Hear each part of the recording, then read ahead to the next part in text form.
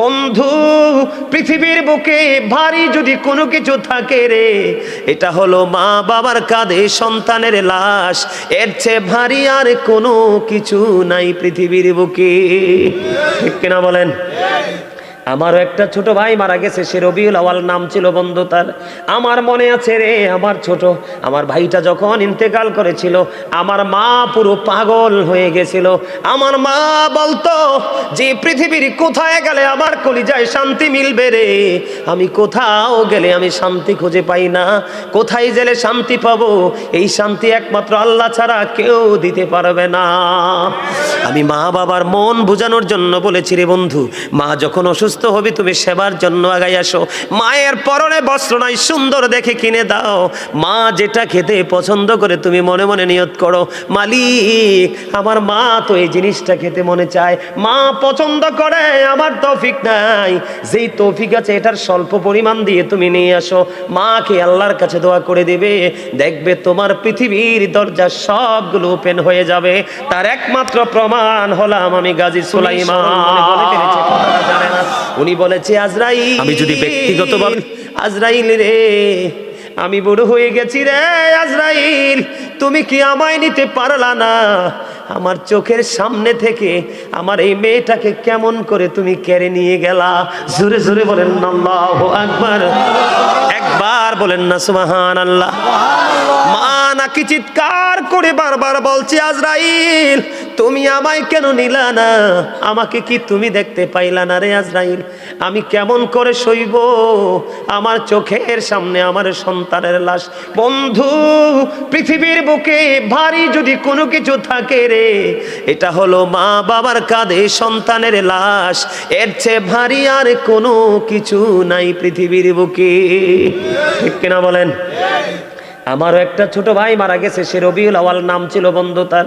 আমার মনে আছে রে, আমার ভাইটা যখন ইন্তেকাল করেছিল, আমার মা পুরো পাগল হয়ে গেছিল।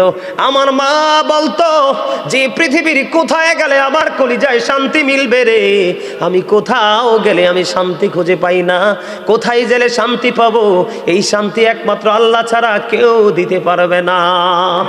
আমি মা বাবার মন বোঝানোর জন্য বলেছি রে বন্ধু, মা যখন অসুস্থ হবে তুমি সেবার জন্য আগাই আসো। মায়ের পরনে বস্ত্র নাই, সুন্দর দেখে কিনে দাও। মা যেটা খেতে পছন্দ করে তুমি মনে মনে নিয়ত করো, মালিক আমার মা তো এই জিনিসটা খেতে মনে চায়, মা পছন্দ করে, আমার তৌফিক নাই, যেই তৌফিক আছে এটার স্বল্প পরিমাণ দিয়ে তুমি নিয়ে আসো। মাকে আল্লাহর কাছে দোয়া করে দিবে, দেখবে তোমার পৃথিবীর দরজা সবগুলো ওপেন হয়ে যাবে। তার একমাত্র প্রমাণ হলাম আমি গাজী সুলাইমান। আমি যদি ব্যক্তিগতভাবে দ্বন্দ্ব বলি, আমার গ্রামের মানুষ এই আলোচনাটা শুনবে। আমি যদি মিথ্যা বলি, আপনারা খবর নিতে পারবেন। আমার জীবনে আমি মায়ের এত বেশি কাপড় ধুয়েছি, মনে হয় না কোনো মেয়ে, এখনকার যুগের মেয়ে মার কাপড় ধোয়। এখনকার মেয়েরা এত বড় বেয়াদব। বন্ধু স্কুল কলেজের কাপড়গুলো অসুস্থ মায়ের জন্য রেখে যায়। মা তুমি এগুলো কি ওয়াশ করে দিও, ঠিক না ঠিক? আর আমি গাজী সুলাইমান মা গোসল করার পরে বলতাম, মা এটা রেখে দেন আমি ধুয়ে দিব। অসংখ্য দিন মায়ের কাপড় ধুয়েছি, মায়ের সাথে বন্ধু হাড়ি পাতিল মেজে দিয়েছি। মা যেই কাজটা করতে কষ্ট পাইতো সেই কাজটা আমি মাকে করে দিতাম। তার কারণ মায়ের মলিনতা, মায়ের পরিশ্রম, মায়ের কপালে ঘাম দেখলে আমার কোনোদিন সহ্য হয় না। জোরে জোরে বলেন না সুবহানাল্লাহ। মা এত বড় নিয়ামত, মায়ের প্রেমিক যেই সন্তান মা হারাইছে বন্ধু, সে বুঝে রে পৃথিবীর কেউ নাই ডাক দিয়া ঘরে নেওয়ার। কথা বলেন আছে পৃথিবীতে বন্ধু। গতকালকে আমি বগুড়া থেকে আসার সময় আমার একটা ছেলে, আমার সফর সঙ্গী, সে বলে, ভাই আমার বাবা চলে গেছে, এখন আর আমি সারাদিন সারা রাত্র বাইরে থাকলেও কেউ আমাকে একটা মিনিট ফোন দিয়ে জিজ্ঞেস করে না তুই কোথায় আছিস। এটাই বন্ধু বাস্তবতা। মা বাবার প্রেমের ভুবন, এই ভুবনে যদি কোনো সন্তান ঢুকতে না পারে, মা বাবার কলিজার মধ্যে যেই প্রেমের ভবন আছে রে, ওই ভবনে যেই সন্তান ঢুকতে পেরেছে তার জীবনে বন্ধু ভ্রমণ শুরু হবে। মৃত্যুর আগে সেই ভ্রমণ শেষ করতে পারবে না সেই বাগান ভ্রমণ করে। এটা পৃথিবীর সকল কিছুর চাইতে বড় মা বাবার কলিজায় বন্ধু যেই বাগানটা আছে। কিন্তু সন্তানগুলো একটুখানি সুখের জন্য মা বাবার কলিজায় বন্ধু আগুন জ্বালাই দেয়। এই আগুন তোমাকে উপারে বন্ধু পুড়িয়ে ছাই করে দিবে, কোনো দিন তুমি বুঝতে পারবা না। এই কারণে আমি ওই ছোট্ট কালে ক্লাস 9-10 যখন পড়ে একটা গজল লিখেছিলাম বন্ধু বাবা মাকে নিয়ে। কেমনে গেলা পাখি দিয়া মাগো আমায় একা ফেলে, দিবানিশি তুষের আগুন এই হৃদয়ে জ্বলে। বলেন কেমনে গেলা পাখি দিয়া মাগো আমায় একা ফেলে, দিবানিশি তুষের আগুন এই হৃদয়ে জ্বলে। হায়রে কান্দা কান্দা হইছে রে নদী মা,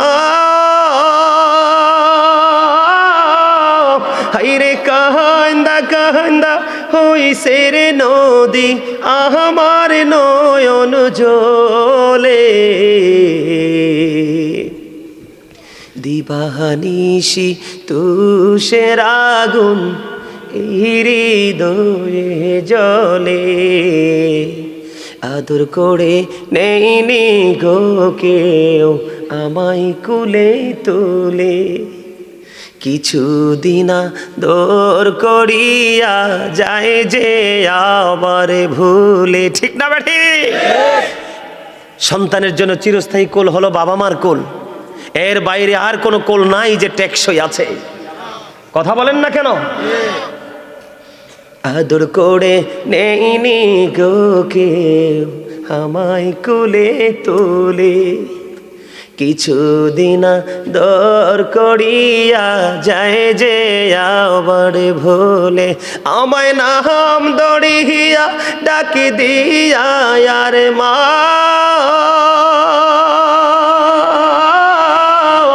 আমায় নাম দড়িয়া ডাকি দিয়া আর কে নিবে রে ঘরে। দিবানিশি তুষের আগুন এই হৃদয়ে জ্বলে। ঠিক না বা ঠিক? ডাক দিয়ে নেওয়ার মতো কেউ আসেনি। বন্ধু সেই ছোট্ট থাকতেই গজলটা লিখেছিলাম, অনেকবার অনলাইন থেকে ভাল লাগলে শুনে নেবেন। যেটা আমি বলতে চেয়েছিলাম বন্ধু, বাবার অবাধ্য হইলে আল্লাহর অবাধ্য। বাবা যা চায় তা দিতে হবে, মা যা চায় তা দিতে হবে, মাকে কষ্ট দেওয়া যাবে না। বন্ধুরে আমার, যদি কষ্ট দাও তুমি আল্লাহ এবং আল্লাহর হাবিবের কথার উপর কথা বলেছো, আল্লাহ রাসূলের কণ্ঠস্বরের উপর তুমি কণ্ঠস্বর উঁচু করেছো, আল্লাহর হাবিব বলেছে তুমি করো না, তুমি করেছো। কথা বুঝতে পারছেন নি বন্ধুরে আমার? আল্লাহর হাবিবের কণ্ঠস্বরের ওপর যদি আপনার কণ্ঠস্বরটা উঁচু হয়ে যায়, আপনার জীবনের যত কর্ম এগুলো মনের অজান্তে বন্ধু শেষ হয়ে যাবে। জোরে জোরে বলেন আল্লাহু আকবার। আমি আপনাদেরকে বন্ধু একটা হাদিস শরীফের একটা অংশ বিশেষ আপনাদের সামনে তুলে ধরবো। ছোট্ট একটা হাদিস, আমার দিকে তাকান। আমি আগে নেগেটিভটা আপনাদের সামনে তুলে ধরবো বন্ধু। নেগেটিভটা এমন ভাবে আমি আপনাদের সামনে তুলে ধরবো। হযরতে জুরাইজ নামে আল্লাহর একজন প্রিয় বান্দা ছিলেন।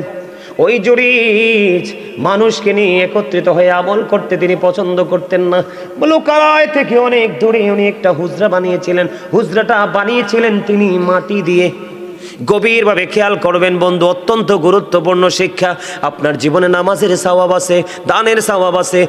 বন্ধু, সব ধরনের নেক আমল আপনার জীবনে আছে, কিন্তু বাবা মার সাথে ভালো সম্পর্ক নাই। আপনার এই আমল কখনোই আল্লাহর দরবারে গ্রহণযোগ্য নয়। পৃথিবীর কোনো আমল আপনাকে আল্লাহ পর্যন্ত পৌঁছাতে পারবে না, যেটা যত তাড়াতাড়ি বন্ধু বাবা মার ভালোবাসা আপনাকে নিয়ে যেতে পারবে। আপনারা এখান থেকে শিখতে পারবেন বন্ধু। অনেক আলোচনা করব, থাকবেন তো? সবাই শুনতে রাজি তো? কে কে শুনতে রাজি হাত তোলেন। মারহাবা। আল্লাহু আকবার। নারে রিসালাত ইয়া রাসূলুল্লাহ। আহলে সুন্নাত ওয়াল জামাত জিন্দাবাদ জিন্দাবাদ জিন্দাবাদ জিন্দাবাদ আহলে সুন্নাত ওয়াল জামাত গাজী সুলাইমান আল কাদরি সাহেব বানেশ্বরের পক্ষ ধনেশ্বরের পক্ষ থেকে লাল গোলাপ শুভেচ্ছা। না জেদ্দুর কইছি এদ্দুরে লোক দেখলে মনে হয়নি যে নারাই দিতে পারবো, এই জন্য বলছি আপনার চামড়া কিন্তু বড় জিনিস না, আসলে হচ্ছে ভিতরেরটা। ঠিক কিনা বলে? আরো জোরে। এটা এই মাথা থেকে পা পর্যন্ত যে গোস্তের টুকরা, এগুলোর ভিতরটা যদি ঠিক না থাকে এটার কোনো দামই নাই। আছে? আরে বলেন আছে? লোকটারে দেখলে তো মনে হয় না, আরে আমার নামও তো খুব কনফিডেন্সলি বলে ফেলছে। না না আর লাগতো না কিছু, আর কিছু খান লাগে না। আই এক কানা ঠিক করি কইছি, আই কোনা কানো কোনো কিছু খাইতে পারি না, বুঝছেন? আলহামদুলিল্লাহ গন, আরো জোরে। আমি যত আলোচনা করব আমার হৃদয় তত শীতল হবে। আমি হচ্ছে সেই মানুষ, আমার কলিজা ওয়াজ চলাকালীন চা দিয়ে পানি দিয়ে ভিজানো লাগে না, আমারটা এমনি ভিজে যায়। আমি গল্প বলছি না তো, হাজার হাজার ভিডিও দেখবেন। আমি মদিনাতুল মুনাওয়ারায় গিয়েছি, মক্কাতুল মুকাররমায় গিয়েছি, হজে গিয়েছি। ওখানে গিয়ে আমি রোজাতে গিয়েছি, একদিনও ভাত খাই নাই, শুকনা খাবার খেয়ে খেজুর আর জমজমের পানি খেয়ে উমরা পালন করে শেষ করে বাংলার জমিনে আসছি। আমি সেই লোক। আমি কোনো মানুষের বাড়িতে কিছু খাই না। মাছ বলেন, গোস্ত বলেন, আমার যদি কেউ খাসির গোস্ত, গরুর গোস্ত, হাঁসের গোস্ত, এটি কেমন মজা, ইলিশ মাছ কেমন মজা আমি বলতে পারবো না, কারণ এগুলো স্বাদ কেমন আমি বলতে পারবো না। আমি আমার জীবনে খাইনি এগুলো। 12 মাস নিরামিষ শাকসবজি খাই একমাত্র নিজের ঘরে। এই পৃথিবীতে বাইরে কত রকমের খাবার, একটা খাবার আমিও দম গুনাহগার মুখে লাগাই না। আমি সেই লোক। অহংকার করে বলছি না, আল্লাহর দরবারে শুকরিয়া জ্ঞাপন করে বলছি, আল্লাহ যে আমাকে এই যেই তাকওয়াটা অবলম্বন করার মতো ক্ষমতা দিয়েছে, এটা আমি মনে করি এটা আমার জন্য স্পেশাল এক নিয়ামত। জোরে কন্যা আলহামদুলিল্লাহ, আরো জোরে। বিশ্বাস করেন, আমাকে যদি কেউ খাবারের জন্য বিরক্ত করে আমি রাগ করি, কিন্তু আমাকে যদি বলে হুজুর আধা ঘন্টা আরো বাড়াই আলোচনা করেন, আমি খুশি হই। বিশ্বাস করবেন আপনারা? এটা বিশ্বাস হয়? আলহামদুলিল্লাহ বলেন। আমি আল্লাহর রহমত, মদিনাওয়ালার নেগায়, মা বাবার দোয়ায় আমি আসলে সত্যি যত আলোচনা করব ততই আমার হৃদয় শীতল হবে, তৃষ্ণা ততই মিটবে। আমার চা খেয়ে, দুধ খেয়ে, পানি খেয়ে আপনারা দেখবেন চেকিং করে, আমার জীবনে কোনো রেকর্ড নাই যে ওয়াজের ময়দানে 2 ঘন্টা 3 ঘন্টা আলোচনা করেছি। ওই যে তোমরা তো ছিলে, ইসমাইল তোমরা ছিলে না ওই দিন? প্রায় 2.5 ঘন্টার উপরে আলোচনা করছি। খাইছি চা? আগে দেখছো? আমার কিছু লাগে না। কনা আমিন, আরো জোরে কনা আমিন, আরো মহব্বতে কনা আমিন। বন্ধুরে আমার, হৃদয়ে খুলে শোনো, বিশেষ করে তোমরা যুবক। আমি এখনো পর্যন্ত, আমার মা ওই দিন বলেছে, আমার গাজী সুলাইমান এখনো আমার কাছে সেই ছোট্ট ছেলে। সুবহানাল্লাহ বলবেন না? এবার বোঝেন মায়ের কলিজায় আমার বসতিটা কত বৃহৎ। একজন প্রশ্ন করেছিলেন আমার মাকে, আমার মা এক জায়গায় গিয়েছিলেন একটা দাওয়াতে আমার ফ্যামিলি পরিবার সহ। মা বলতেছে আমি চলে যাই তাড়াতাড়ি, কারণ আমার ছেলেটা প্রোগ্রামে যাবে, তাকে হাদিয়া দিতে হবে। আরেকজন প্রশ্ন করেছিল, আপনি কি বললেন এইটা? আপনার এত বড় ছেলে, এটা কি ছোট্ট ছেলে নাকি যে এখনো আপনার পকেট থেকে টাকা দিতে হয়? আমার মা বলেছে, আমার ছেলের আমার টাকা ছাড়া তার দিন চলে না, রাত চলে না। প্রতিদিন আসার সময় মার কাছ থেকে গাড়ি ভাড়া নিয়ে আসি। বন্ধু বিশ্বাস করবেননি, এটা যুবক তোমাদেরকে বোঝানোর জন্য বলি রে। আমার কলিজায় মায়ের প্রতি এত বেশি রেসপেক্টেশন। মা আমার 100 টাকা লাগবে দেন, 500 টাকা লাগবে দেন, মার কাছ থেকে খুঁজে খুঁজে বাজার করি। মার কাছ থেকে এটাতে আমি অনেক প্রশান্তি পাই। যা করি সবগুলো মুট করে নিয়ে মায়ের কাছে দিয়ে দে। মা কি করেছে এটা দ্বিতীয়বার আর জিজ্ঞেস করি না, মা আপনার কাছে দিলাম, এই টাকাগুলো কি করেছেন, এটা আমি একটা বারের জন্য মাকে প্রশ্ন করি না। কারণ বন্ধু, মা যেই কষ্ট আমাকে নিয়ে করেছে রে, সারা পৃথিবী যদি মায়ের কদমে নিয়ে ফালাই, আমার চামড়া চুলে যদি জুতা বানাই দেই, আমার চামড়া দিয়ে যদি তুষক বানাই দে, তারপরেও তো মায়ের ঋণ আমি শোধ করতে পারবো না। বন্ধু আমি তোমাদেরকে বলবো, আর বছর যদি মাকে কাঁধে করে ঘোরাও রে, কাঁধে করে চড়াও রে, তাহলে একটা রাত্রের দুধ পানের ঋণ শোধ হবে না। আমরা কি বুঝতে পারি মায়ের কাছে আমরা কতটা ঋণী, বাবার কাছে আমরা কতটা ঋণী? আপনারা বোঝেন না, আল্লাহ বলেছেন আমার গোলামি করো। কি করো? আল্লাহর গোলামি করো, আল্লাহর সাথে কাউকে শরীক করিও না। এই যে লৌহে মাহফুজের কোরআন, আল্লাহর অমীয় বাণী, যেটাকে বলা হয় দা হোলি কোরআন, পবিত্র গ্রন্থ, এই গ্রন্থের মধ্যে আল্লাহ রাব্বুল আলামিন মা বাবার কথা তুলে ধরেছে একাধিক বন্ধু সূরার মধ্যে। সূরা আনকাবুতের মধ্যে আল্লাহ রাব্বুল আলামিন বলেছেন যে আমি আমার বান্দাদেরকে অর্ডার করেছি মা বাবার সাথে সৎ ব্যবহার করার জন্য। জোরে জোরে বলেন না সুবহানাল্লাহ, আরো জোরে বলেন না সুবহানাল্লাহ। আপনারা কি দুর্বল হয়ে পড়েছেন? আরো জোরে বলেন, প্রমাণ দেই আমি আপনাদেরকে বন্ধু। আল্লাহ রাব্বুল আলামিন কি বলেছে দেখেন, ছোট্ট করে বলছি, ওয়া ওয়াসাইনাল ইনসানা বিওয়ালিদাইহি হুসনা। আল্লাহ রাব্বুল আলামিন বলে দিয়েছে, আল্লাহর বান্দাকে অর্ডার করেছে আল্লাহ রাব্বুল আলামিন, তোমরা তোমাদের বাবা মার সাথে কি করো? উত্তম আচরণ করো, ভালো আচরণ করো, প্রেমময় আচরণ করো। সুবহানাল্লাহ বলেন। আজকে মা বাবার কথা বললে অনেক সন্তান শুনতে চায় না। এরে বড়ুরা দনেশ্বরের যুবক বন্ধু, তোমরা সবাইকে আমি আমার হৃদয় থেকে বলছি, হৃদয় খুলে শোনো। জুরিজ যেমন একজন আল্লাহওয়ালা ছিল, তিনি মানুষ নিয়ে আমল করতে পছন্দ করতেন না, মানুষের ভিড়ে তিনি থাকতে পছন্দ করতেন না। লোকালয় থেকে অনেক দূরে নির্জন একটা জায়গায় তিনি একটা হুজরা বানাইলো। হুজরা বানাইছে, তার মানে ইবাদতের জন্য একটা কেন্দ্রবিন্দু তিনি তৈরি করেছে। তিনি আমল করতেছেন, দিন যায় রাত যায়, দিন যায় রাত যায়। একদিন তিনি হুজরার মধ্যে বন্ধ নামাজের নিয়ত বাঁধলেন। নামাজের নিয়ত বাঁধা অবস্থায় মা দুঃখিনী বাইরে চলে আসলেন, এসে ডাকে, বাবা জুরিস, বাবা গো তুমি কোথায় গো বাবা? আমি মা এসেছি তোমার সাথে দেখা করার জন্য। এখন খেয়াল করবেন, গভীর খেয়াল, জুরিস কিন্তু নামাজ পড়তেছে। কি করতেছে? সেজদার চাইতে, ইমানের পরে সেজদার চাইতে দামি আমল আর কিছু আসেনি। কপালে আল্লাহ, কপালটা আল্লাহর কুদরতি কদমে ঠেকানো, এটার চেয়ে দামি আমল আসেনি। খেয়াল করবেন বন্ধু, বুখারী শরীফের হাদিস। ছেলেটা নিয়ত নামাজ পড়তেছে, এদিক দিয়ে হুজরার বাহিরে থেকে এসে বন্ধু, ধরেন একটা এক্সাম্পল, হুজরা বললে অনেকে বোঝে না, সাধারণ মানুষ, ধরেন ঘরের ভিতরে ছেলে নামাজ পড়ে, বাহির থেকে মা ডাকতেছে, বাবা জুরিজ, আমি মা এসেছি তোমার সাথে দেখা করবো। এবার জুরিজ ডেকে ডেকে বলে, আল্লাহ আল্লাহ গো, আমি তো নামাজের নিয়ত বেঁধে ফেলেছি, এখন আমি কি আমার মায়ের ডাকে সাড়া দিব, নাকি আমি নামাজখানা চালিয়ে যাব? ওই সন্তান হযরত জুরিজ, আল্লাহর বুজুর্গ বান্দা, সে কি করলেন? মায়ের ডাকে সাড়া দিলেন না। সাড়া না দিয়ে তিনি নামাজটাই চালিয়ে গেলেন। নামাজ শেষ হলো, নামাজ শেষ করার পরে এবার বাইরে এসে চাইয়ে দেখে মা দুঃখিনী, বন্ধু বাইরে নাই, চলে গেছে। একদিন চলে গেল, জোরে কন্না আল্লাহু আকবার। আজকের একদিন চলে গেল বন্ধু, আবার দ্বিতীয় দিন দেখেন ভাগ্যের কি নির্মম পরিহাস, এবং আমাদের জন্য কত বড় শিক্ষা। আল্লাহর হাবিব এই হাদিসের অংশ বিশেষ একটা মুমিনের জন্যই যথেষ্ট, আর বেশি ওয়াজের দরকার নাই বন্ধু। এবার কি করলেন হযরতে জুরিজ? আবার দ্বিতীয় দিন তিনি আবারও নামাজরত অবস্থায়, নামাজ চলাকালীন মা দুঃখিনী আসলো। মা দুঃখিনী এসে ডেকে ডেকে বললেন, বাবা বাবা গো, আমি আজকে এসেছি তোমার সাথে একটু দেখা করবো গো বাবা, তুমি আমাকে একটু দেখা দাও। এবার আজকেও জুরিজ মনে মনে ভাবে আগের মতো, মনিব ও আমার মাওলা, আমি আজকেও তো নামাজরত অবস্থায়, আমি কি নামাজ চালিয়ে যাব, নাকি আমার মায়ের ডাকে আমি সাড়া দেব? আজকেও ছেলেটা মায়ের ডাকে সাড়া দিলেন না, চিন্তা করতেছেন আমি আগে নামাজটা শেষ করে ফেলি।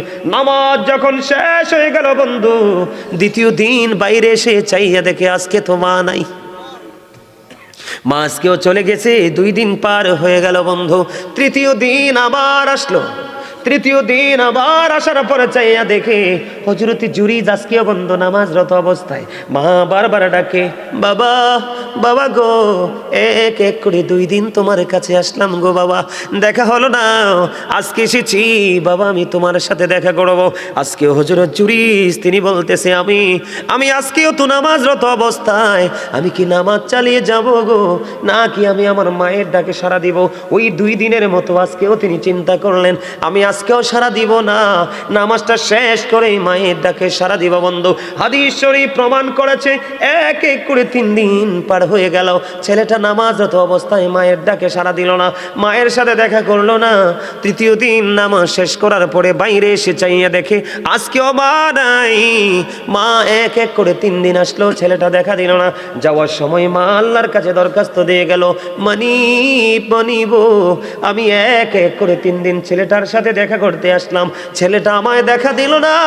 আমি মা আজকে তোমার কাছে দরখাস্ত দিয়ে গেলাম, তাকে বেশ্যা মহিলার মুখ না দেখাইয়া মরণ দিও না। জোরে জোরে বলেন নাউজুবিল্লাহ।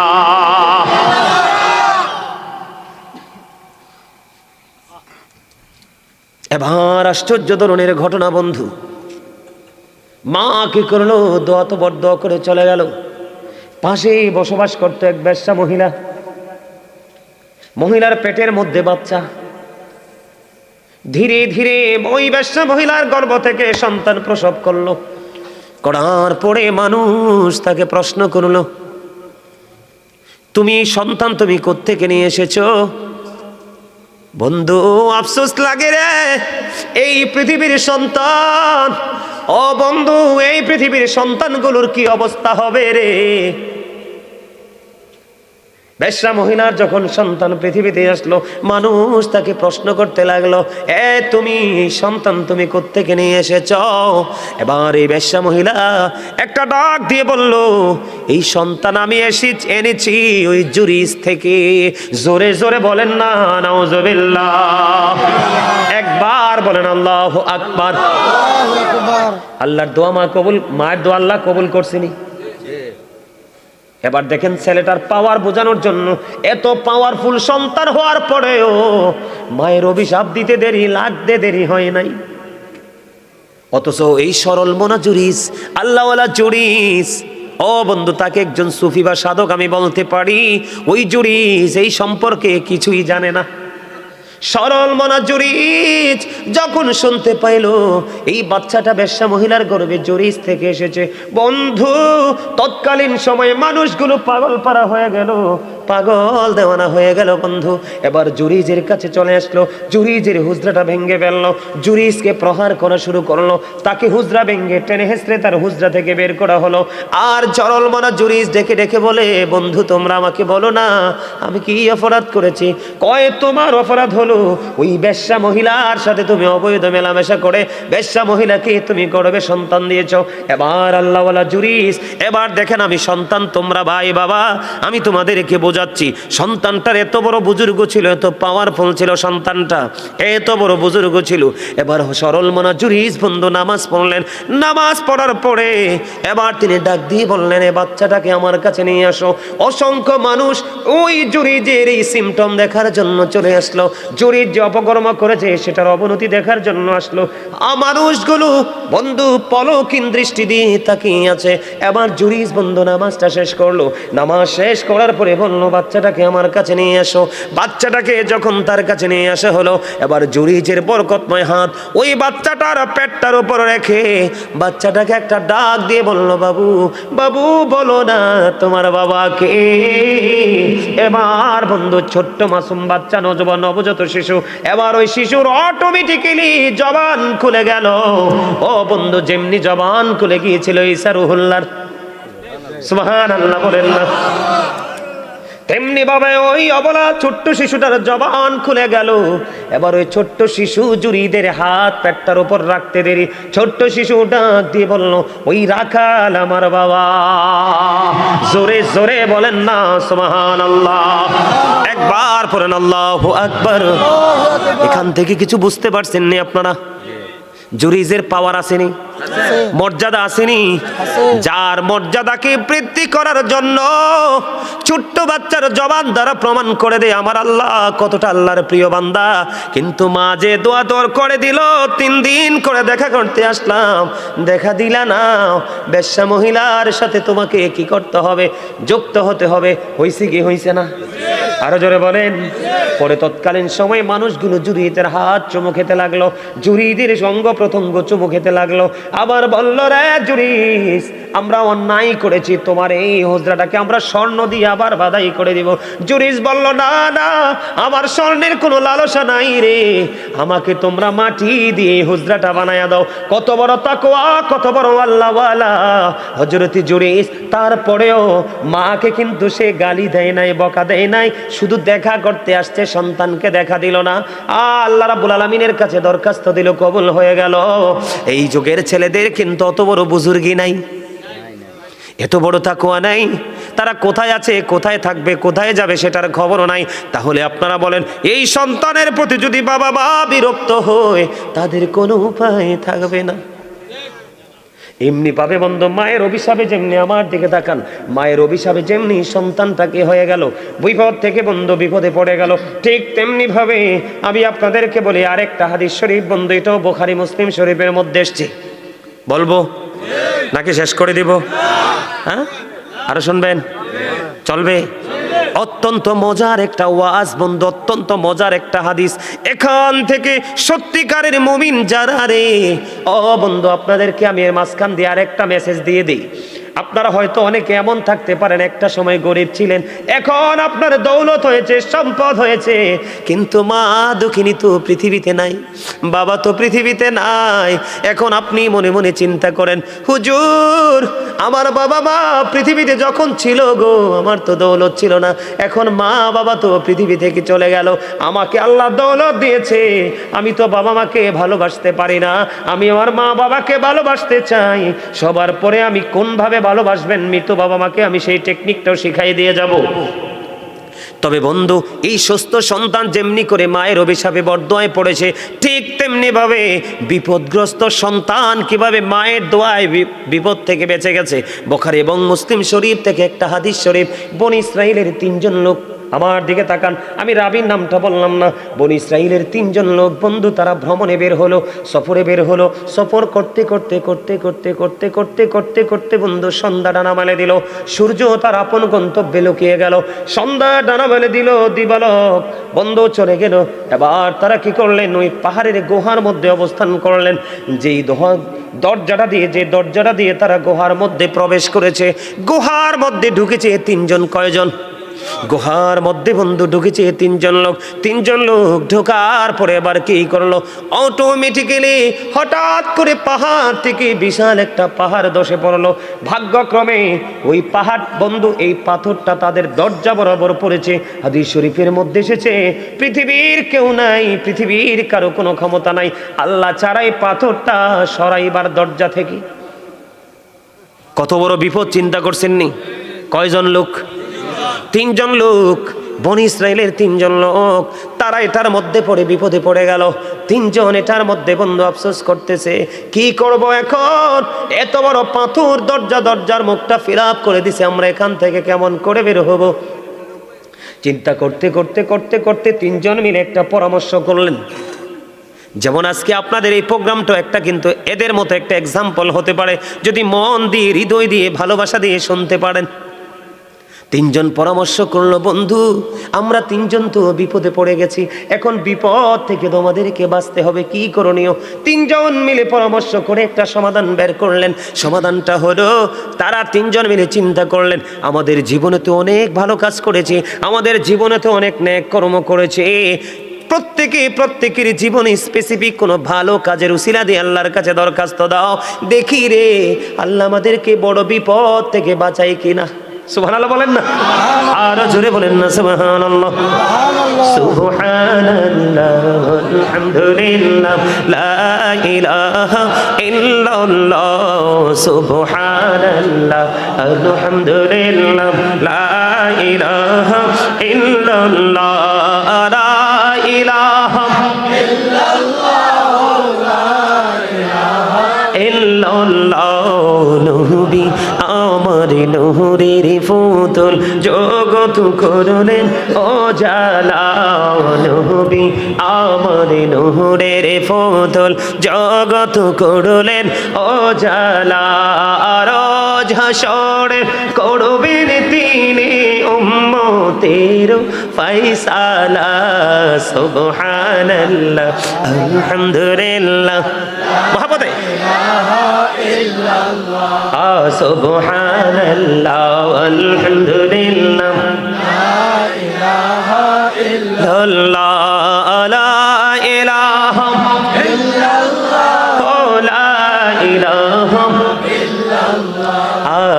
আরশ কুরসি লৌহ কলম সৃষ্টি যাহার ওসিলা আনিছি আল্লাহ খুশি হইয়া নাম রাখিলেন হাবিবুল্লাহ সুবহানাল্লাহ আলহামদুলিল্লাহ লা ইলাহা ইল্লাল্লাহ মুহাম্মাদুর রাসূলুল্লাহ সাল্লাল্লাহু আলাইহি ওয়াসাল্লাম। আমি আপনাদেরকে একটু হালকা একটু বন্ধু নাস্তা দিয়েছি। কে দিয়েছি? আলোচনার সময় অনুযায়ী এটা আপনাদের লাঞ্চ টাইম। কারণ সকালে শুরু হয়েছে, তার মানে বিকাল থেকে শুরু হয়েছে, রাত্র 12টা পার হয়ে গেছে, তার মানে 100% এটা আপনাদের যারা জান্নাতের বাগানের মেহমান তাদের জন্য লাঞ্চ টাইম। এই জন্য আপনাদেরকে হালকা করে একটু লাঞ্চ করিয়ে নিলাম। হুজুর এটা আবার কেমন ধরনের ব্যবহার, এটা আবার কেমন ধরনের কথা? এটা আমার কথা নয়, নবীজি জানিয়ে দিয়েছেন জান্নাতের বাগানে যারা প্রবেশ করে তারা জান্নাতের মেহমান হয়ে যায়, তারা জান্নাতি হয়ে যায়, তারা জান্নাতের মেহমান হয়ে যায়। জান্নাতের মেহমানদের জন্য খাবার হলো সুবহানাল্লাহ আলহামদুলিল্লাহ লা ইলাহা ইল্লাল্লাহ সুবহানাল্লাহ আলহামদুলিল্লাহ লা ইলাহা ইল্লাল্লাহ লা ইলাহা ইল্লাল্লাহ লা ইলাহা ইল্লাল্লাহ লা ইলাহা ইল্লাল্লাহ মুহাম্মাদুর রাসূলুল্লাহ সাল্লাল্লাহু আলাইহি ওয়াসাল্লাম। ও বন্ধু, এই নাস্তার স্বাদ হলো ব্যতিক্রম।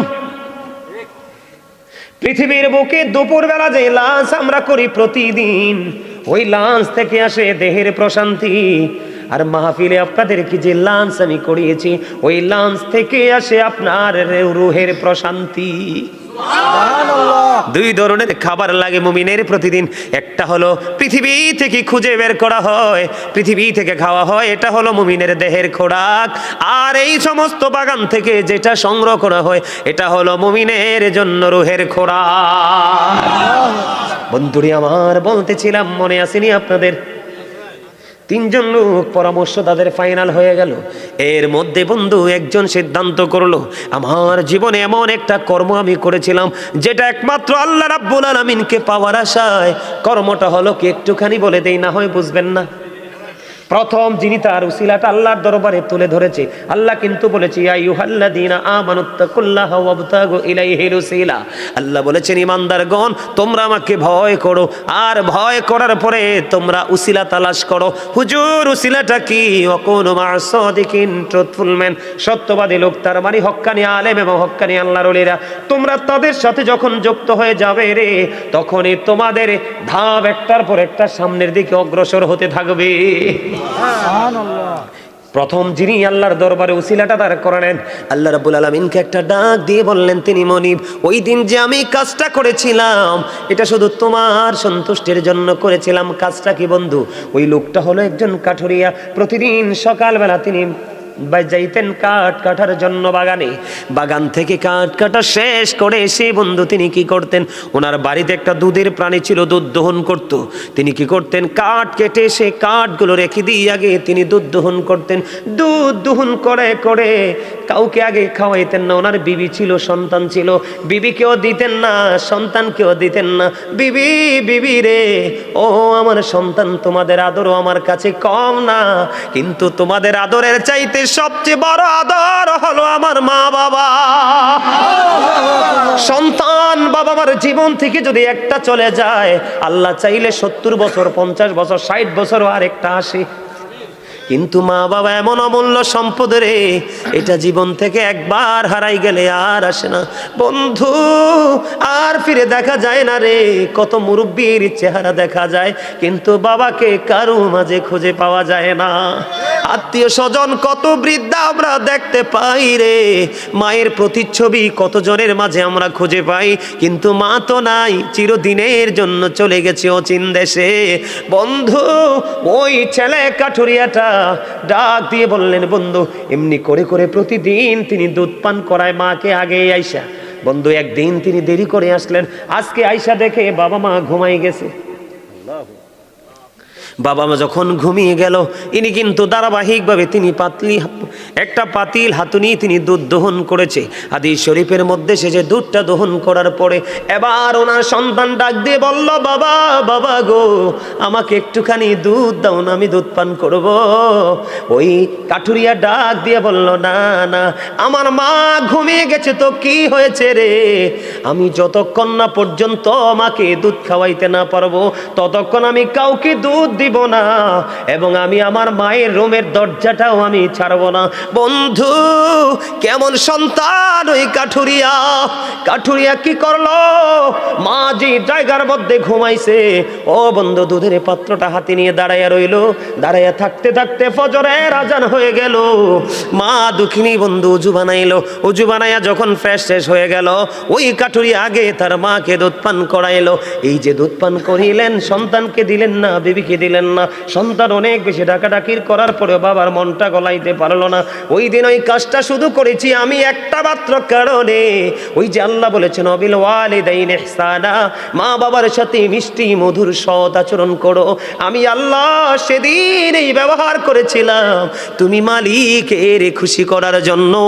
ওই দিনের আমল যদি তুমি কবুল করে থাকো, ওই দিনের গোলামি যদি তুমি কবুল করে থাকো, তাহলে আমাকে আজকে এই বিপদ থেকে উদ্ধার করো। বন্ধু, ও বড়রা ধনীশ্বরের ভাই, আমার বাবা গো, আমার মা বোনদেরকে ডেকে ডেকে বলছে গো, হৃদয়ের জানালাটা খুলে দাও, বাবা মা কেমন একটু বুঝে নাও।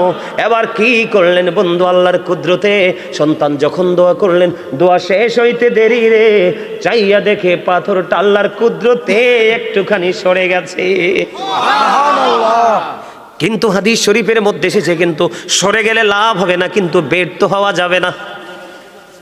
একটুখানি সরে গেছে বটে, কিন্তু বের হওয়ার কোনো সুযোগ নাই। এবার দ্বিতীয় ব্যক্তি খেয়াল করবেন, এটা বর্তমানে আমাদের সমাজের সবচেয়ে বেশি নোংরামি। একটা অপশন, আরো দুইটা আছে, কিন্তু এটা এই আলোচনার সাথে না। তারপর আমি আপনাদেরকে একটুখানি শোনাই বন্ধু, শুনবেন তো। দ্বিতীয় ব্যক্তি কোন উসিলা দিয়ে আল্লাহর কাছে সাহায্য চাইলেন।